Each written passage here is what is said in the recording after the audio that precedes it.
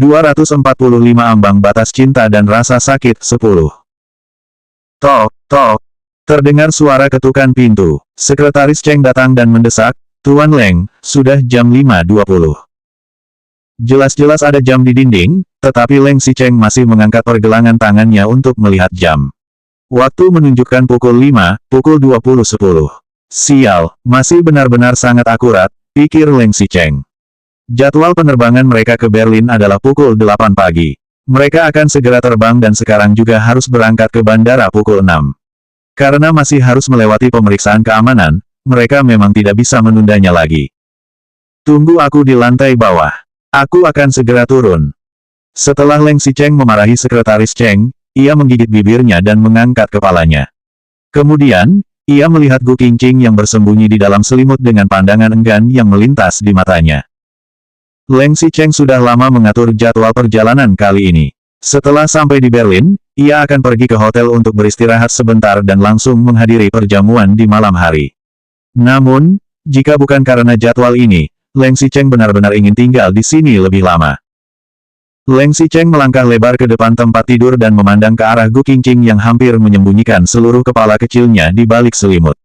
Ia berpikir sebentar, lalu menarik sudut selimut dengan jari-jarinya yang ramping. Ketika selimut diangkat, Gu Qingqing segera menyadarinya. Jika harus jujur, membenamkan kepala di dalam selimut membuatnya agak tidak nyaman. Tetapi, betapapun tidak nyamannya itu, tidak bisa dibandingkan dengan ketidaknyamanan di dadanya. Leng Xicheng sedang bersemangat. Gu Qingqing mulai berpikir sembarangan, Leng Xicheng dan Su Zipei akan bertemu. Mungkin dia juga akan bertemu dengan beberapa pasangan wanita sebelumnya. Chen Wenji sudah pergi. Mungkin Leng Xicheng masih akan menyukai orang baru lain. Hari yang tidak yakin seperti ini, bagaimana baru bisa mengakhirinya? Mendengar maksud Su Zijin, berarti Su Zipei masih memiliki perasaan terhadap Leng Xicheng. Apakah mereka akan meneruskan lagi hubungan mereka dari masa lalu? Pikir Gu Qingqing lagi. Ia juga sangat ingin pergi Berlin untuk melihat bagaimana mereka berdua berkomunikasi dengan matanya sendiri. Sementara pikiran Gu Qingqing masih dalam kondisi paling kacau, Leng Xicheng datang dan membuka selimutnya. Udara segar menyapa Gu Qingqing dalam sekejap dan wajah tampan itu terus mendekat. Gu Qingqing sedikit tidak nyaman sehingga ia menurunkan matanya sedikit dan tidak melihat langsung ke wajahnya Leng Xicheng.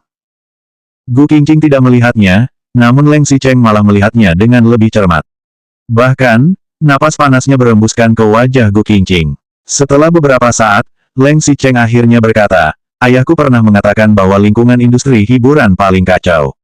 Para bintang wanita itu hanya terlihat bagus di luar, tapi mereka semua kotor di dalam." Gu Qingqing terkejut. Mungkin karena ia mengeluarkan terlalu banyak darah, kepalanya jadi tidak bisa berpikir jernih. Ia pun mengangkat kepala dan memandang Leng Xicheng dengan sedikit bingung. Gu Qingqing tidak tahu apakah bintang wanita itu kotor atau tidak, tetapi Su Zipei pasti bukan tipe wanita yang kacau, keras kepala, dan murahan.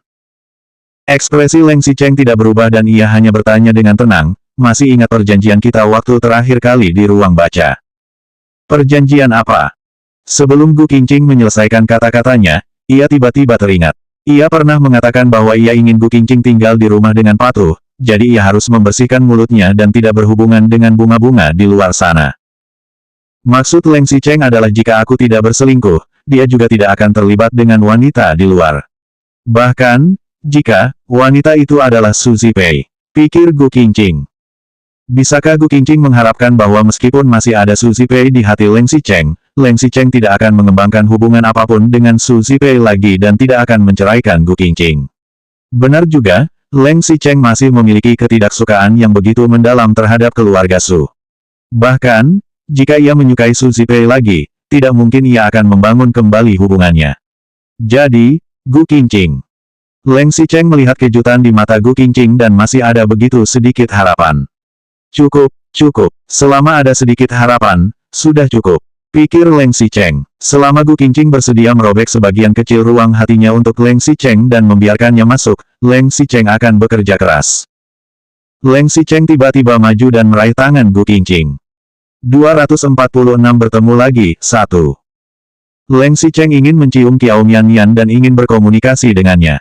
Ia ingin tinggal di sisinya dan ingin melanjutkan perasaan baik yang jarang terjadi. Leng Xicheng tiba-tiba meraih tangan Gu Qingqing dan mengejutkannya.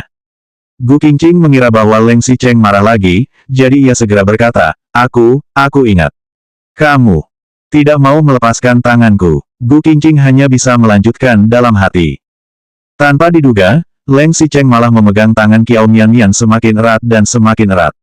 Kemudian, pria itu mencondongkan tubuhnya. Sebuah wajah tampan perlahan mendekati Gu Qingqing dan hanya tersisa jarak 5 cm dari wajah wanita itu. Leng Xicheng begitu dekat sehingga Gu Qingqing segera menjadi gugup. Ia memundurkan kepalanya tanpa sadar dan di saat yang bersamaan, tangannya juga sedikit melawan. Ia ingin mencoba melarikan diri dari ikatan Leng Xicheng. Pengalaman yang tak terhitung jumlahnya di masa lalu telah mengajari Gu Qingqing bahwa jika Leng Xicheng begitu mendekatinya, akhirnya mungkin akan sangat tragis. Begitu melihat Gu Qingqing mundur dan tangannya yang berusaha untuk melarikan diri, Leng Xicheng menjadi lebih tenang. Ia melonggarkan pegangannya sedikit. Begitu Leng Xicheng melonggarkan tangannya, Gu Qingqing segera menarik kembali tangannya. Ia pun menatap tangan Gu Qingqing yang perlahan-lahan meninggalkan telapak tangannya. Suhu tubuh Gu Qingqing dan sentuhan kulit lembut jemarinya membuat hati Leng Xicheng merasakan sedikit rasa gembira. Namun, saat ia masih ingin mengatakan sesuatu, Sekretaris Cheng yang berada di lantai bawah tiba-tiba menekan klaksonnya.